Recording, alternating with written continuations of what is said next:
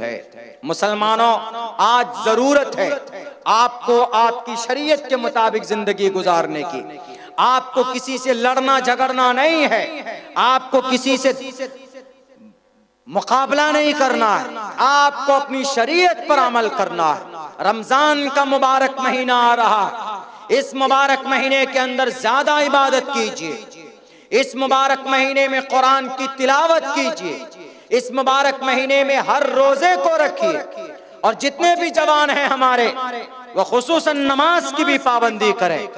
अल्लाह तबारक व तआला पता है नफल को फर्जों के बराबर सवाब देता है और फर्ज का दर्जा बढ़ा दिया जाता है।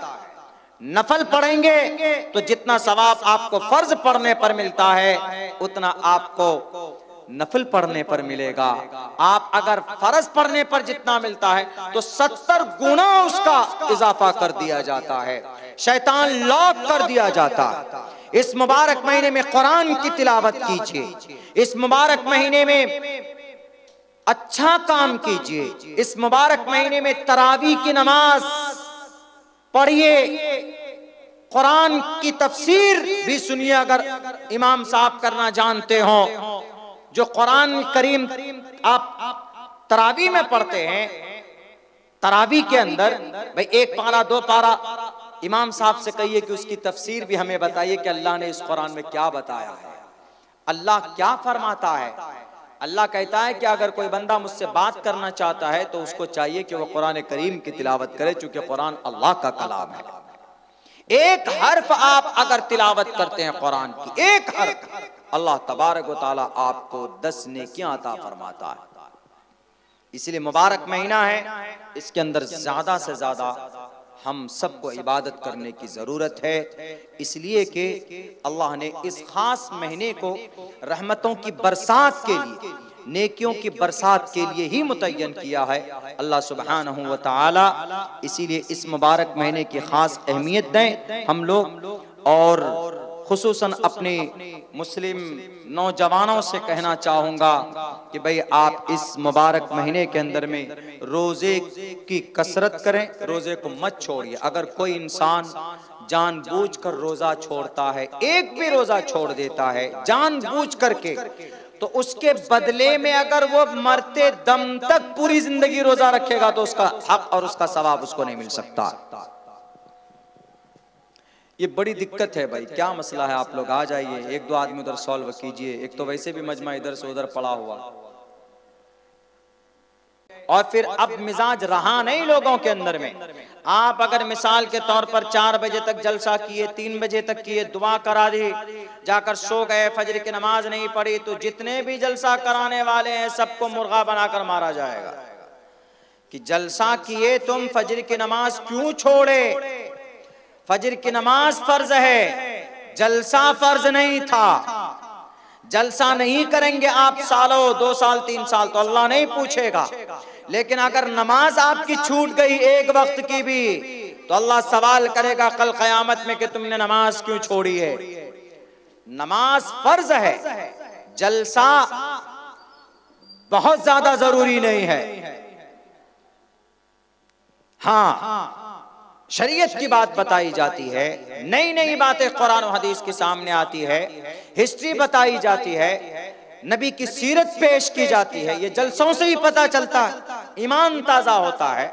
लेकिन पता चला कि इसके चक्कर में हम जो जरूरी है, जानबूझकर अगर कोई नमाज छोड़ता है, जानबूझकर, हमें पता है कि नमाज का वक्त हुआ, अजान हुई, नमाज छोड़ दी, नहीं गए, तो पता है कि इमाम है, बहुत बड़े इमाम अहमद इब्न हम्बल रहमतुल्लाहि अलैह, वो क्या कहते हैं?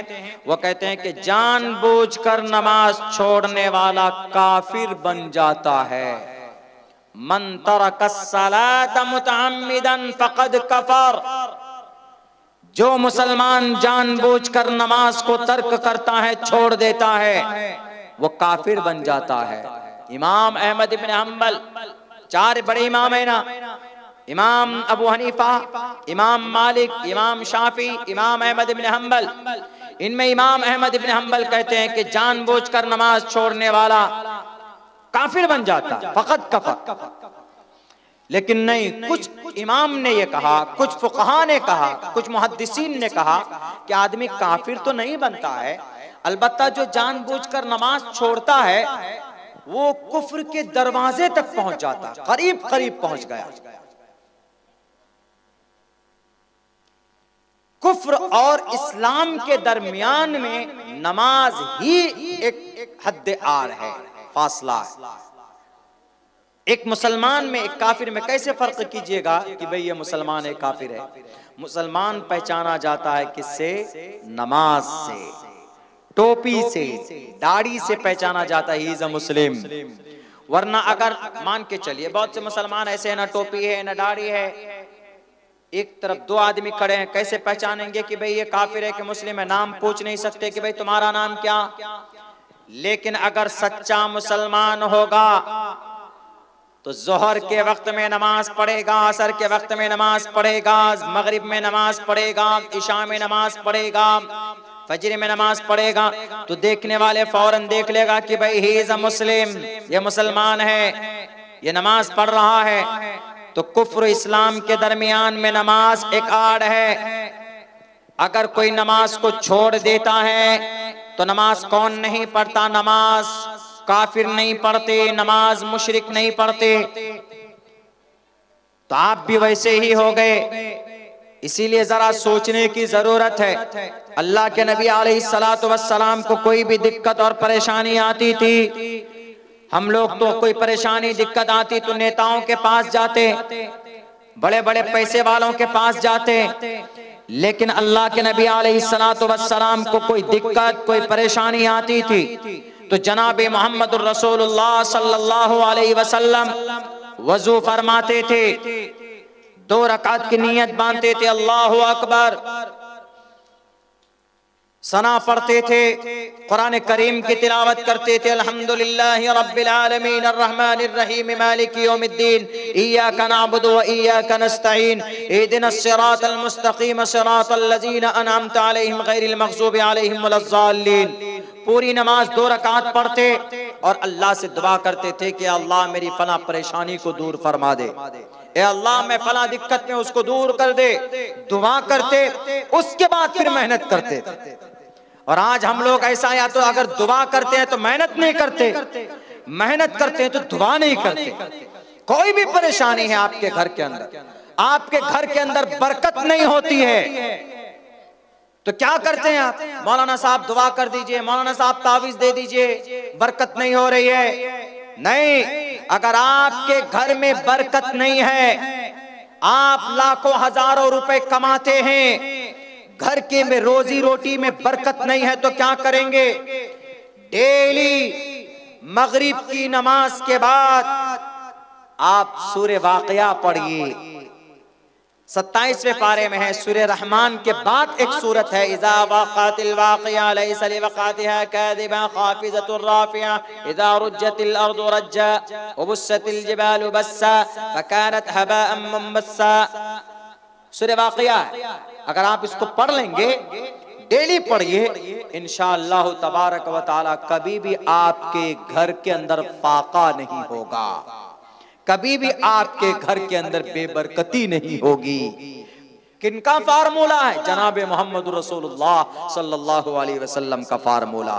हजरत उस्मान पाबंदी से इसको पढ़ा करते थे। हम लोग खुद किसी भी मदरसे में पढ़ते थे तो मगरिब के बाद सारे बच्चों से कहा जाता था कि सूरह वाक़िया पढ़ो, और अगर आप पढ़ लेंगे, पता कितना टाइम लगेगा पढ़ने में? ज्यादा से ज्यादा 3 मिनट। कितने पेज का है ये? 3 पेज का है, 3, ज्यादा बड़ा नहीं है सूरह वाक़िया, 3 पेज का, 3 सफ़े का है। आप नहीं जानते हैं पढ़ना तो आप अपने इमाम साहब के पास जाएं और कुरान करीम की आयत पढ़ना सीखें। हम जवानों से कहना चाहेंगे, हमारे जितने भी जवान ये गाना जितना ताकीद के साथ सुनते हैं, ताकीद के साथ याद करते हैं और फिर गाते हैं, गाना सुनने सुनाने में कोई फायदा नहीं है बल्कि गुनाह है। लेकिन अगर आप कुरान करीम की एक आयत भी सीखते हैं, कुरान करीम की एक आयत सीखते हैं तो 100 रकात नफल पढ़ने का सवाब आपको मिलता है एक आयत सीखने पर।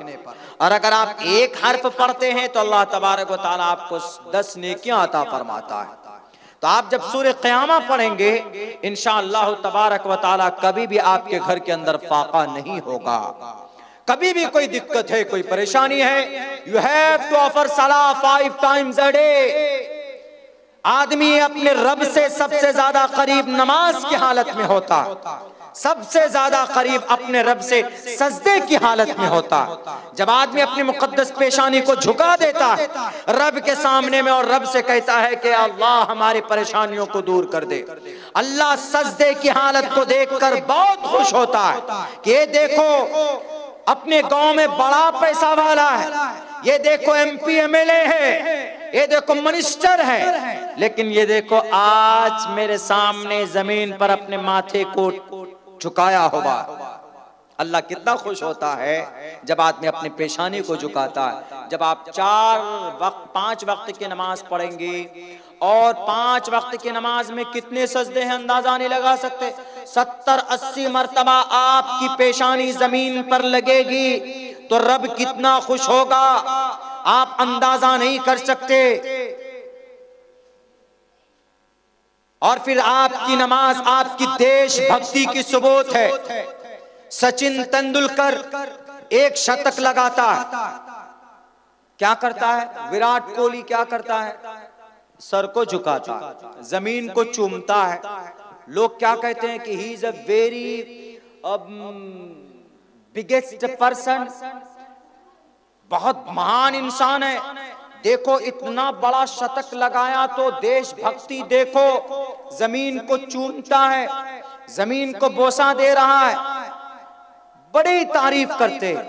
लेकिन एक मुसलमान उससे कहीं ज्यादा वफादार है, वो दिन में 5 वक्त अपने इस देश की मट्टी को चूमता है। जब सजदा करता है तो जमीन पे टिकाते हैं ना, तो हमसे बड़ा देशभक्त कौन हुआ? एक नमाजी से बड़ा देशभक्त कौन हुआ? एक मुसलमान से बड़ा देशभक्त कौन होगा? इसीलिए इसमें देशभक्ति भी दिखती है और फिर आप रब के सामने में महबूब भी बन जाते हैं। मेरे भाइयों, मेरी